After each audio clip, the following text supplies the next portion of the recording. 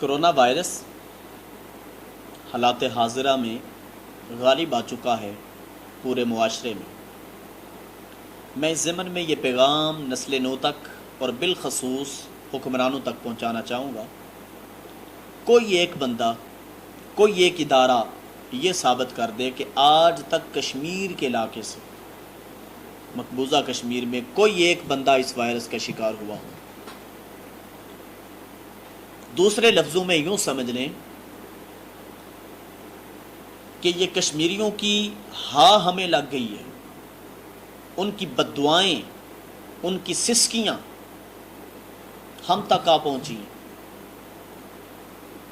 حضرت امام زین العابدین علیہ السلام کا فرمان ہے، آپ فرماتے ہیں کہ مظلوم کو کبھی نہ ستانا، مظلوم پر ظلم نہ کرنا، کسی غریب پر ظلم نہ کرنا۔ کیوں؟ اس کے اور اللہ پاک کے درمیان کوئی دوسری چیز حائل نہیں ہوتی، اس کی ہاں بہت جلد عرش اولا پہ جا پہنچتی ہے۔ یہ ہلاکو خان کا آپ نے سنا ہوگا، پڑھا ہوگا تاریخ میں، کہ جب اس کا آخری وقت تھا بغداد میں اس نے حملہ کیا تھا، مسلمانوں کا قتل عام کر رہا تھا،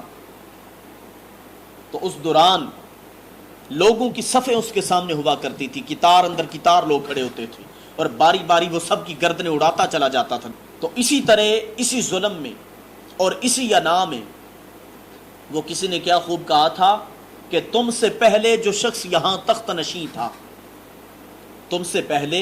جو شخص یہاں تخت نشین تھا اسے بھی اپنے خدا ہونے کا اتنا ہی یقین تھا۔ تو وہ تو چونکہ بغداد میں خدا بنا بیٹھا تھا نا بدبخت، تو ہلاکو خان آیا تھا، گھوڑے پہ سوار تھا، ہاتھ میں تلوار تھی، لوگ صفوں میں قطاروں میں اس کے سامنے کھڑے تو باری باری سب کی گردن اڑواتا چلا جا رہا تھا۔ آخر میں پہلی صف میں ایک بابا جی کھڑے تھے، سفید ریش والے۔ تو جب ان کا وقت قریب آیا، تلوار والا ان کے قریب پہنچا تو وہ چھلانگ لگا کے پچھلی لائن میں چلے گئے۔ جب دوسری صف کو اس نے چیرنا اور کاٹنا شروع کیا، گردنیں اڑانا شروع کر دی، تو جب ان تک پہنچا تو بابا جی چھلانگ لگا کے تیسری لائن میں، تیسری صف میں جا پہنچے۔ اس طرح وہ چلتے رہے، جب آخری صف میں پہنچا نا تو ہلاکو خان چونکہ گھوڑے پہ سامنے بیٹھا وہ دیکھ رہا تھا سارا منظر، تو اس نے کہا بابا پہلے تو تم چھلانگے لگا کہ یہاں پہ پہنچے ہو، اب تمہیں میرے ہاتھوں سے کون بچائے گا؟ تو جب اس نے یہ کہا نا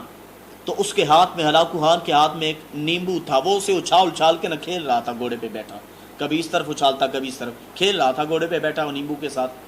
اور لیمن کے ساتھ کھیلتے ہوئے بابا جی سے یہ مخاطب ہوا، اس نے کہا کہ اب تمہیں میرے ہاتھوں سے کون بچائے گا؟ تو بابا جی نے صرف ایک نگاہ آسمان کی طرف اٹھائی کہ ایک دفعہ دیکھا تھا اور دل سے آہ نکلی تھی۔ اس نے تو جملہ کہہ دیا نا کہ تمہیں کون بچائے گا، تو انہوں نے ایک نظر آسمان کی جانب دیکھا اور دوسری نظر اسے دیکھا۔ تو اتنی دیر میں وہ چونکہ کھیل رہا تھا تو اسی کھیل کود میں اتنا مشغول تھا کہ گھوڑا کودنا شروع ہوا، گھوڑا کودتے کودے اس کا ایک پاؤں رکاب میں رہ گیا، دوسرا پاؤں رکاب سے نکلا اور گھوڑا کودتے ہوئے دوڑتے ہوئے اسے اس طرح اچھالتا لے گیا کہ وہ گھوڑے کے پیروں تلے ہی رونتا رونتا چلا گیا اور واصل جہنم ہو گیا۔ تو سارے لوگ بابا جی کے قریب آئے اور پوچھنے لگے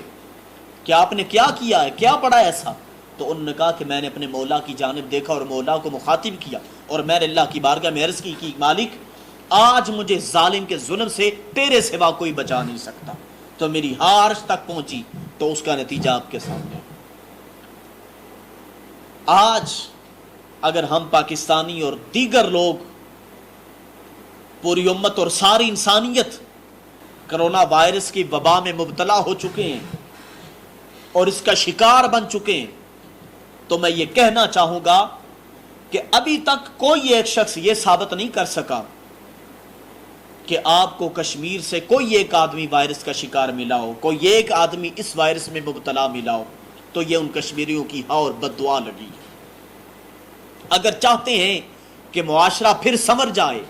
اور تمہاری معیشت گرے نہ، معیشت تباہ نہ ہو، معیشت پھر برا جوان ہو جائے، اپنے مقام پہ آ جائے، آپ چاہتے ہیں کہ ترقی پذیر ہو جائیں، تو آج کشمیریوں کی صدائیں اور ان کی آوازیں سنو، ان کی سسکیاں سنو، وہ بلکتے بھوک سے بچے جن کو کوئی کھانے کو نہیں ملتا، جن کو پینے کو کچھ نہیں ملتا، اور وہ مائیں، وہ بہنیں جن کے سامنے ان کے جوان بیٹوں کو، جوان بھائیوں کو شہید کر دیا جاتا ہے، ان سے جینے کا حق چھین لیا جاتا ہے، ان کی سسکیاں کون سنے گا؟ ان کی فریاد کو کون سنے گا؟ جب آپ سنیں گے تو پھر اللہ تعالیٰ بھی تم پر رحم فرمائے گا۔ کیا یہ آپ نے حدیث مبارکہ نہیں پڑھی یا نہیں سنی؟ پاک رسول عربی صلی اللہ علیہ وسلم نے ارشاد فرمایا، جو زمین والوں پر رحم نہیں کرتا اللہ پاک اس پر رحم نہیں فرماتا۔ اور دوسری حدیث کا یہ مفہوم ہے، جو زمین والوں پر رحم نہیں کرتا آسمان والا اس پر رحم نہیں کرتا۔ تو آپ ارد گرد دیکھیں، اپنے ماحول کو دیکھیں، کشمیریوں کے حق میں آواز اٹھائیں، کشمیریوں کے ہاتھوں میں ہاتھ ڈال کے چلیں، ان کا ساتھ دیں، ان کے حق میں بولیں، اور ان کے حقوق چھین کر ان کی جولی میں ڈالیں، پھر دیکھیں آپ کے حقوق آپ کو کیسے میسر آتے ہیں۔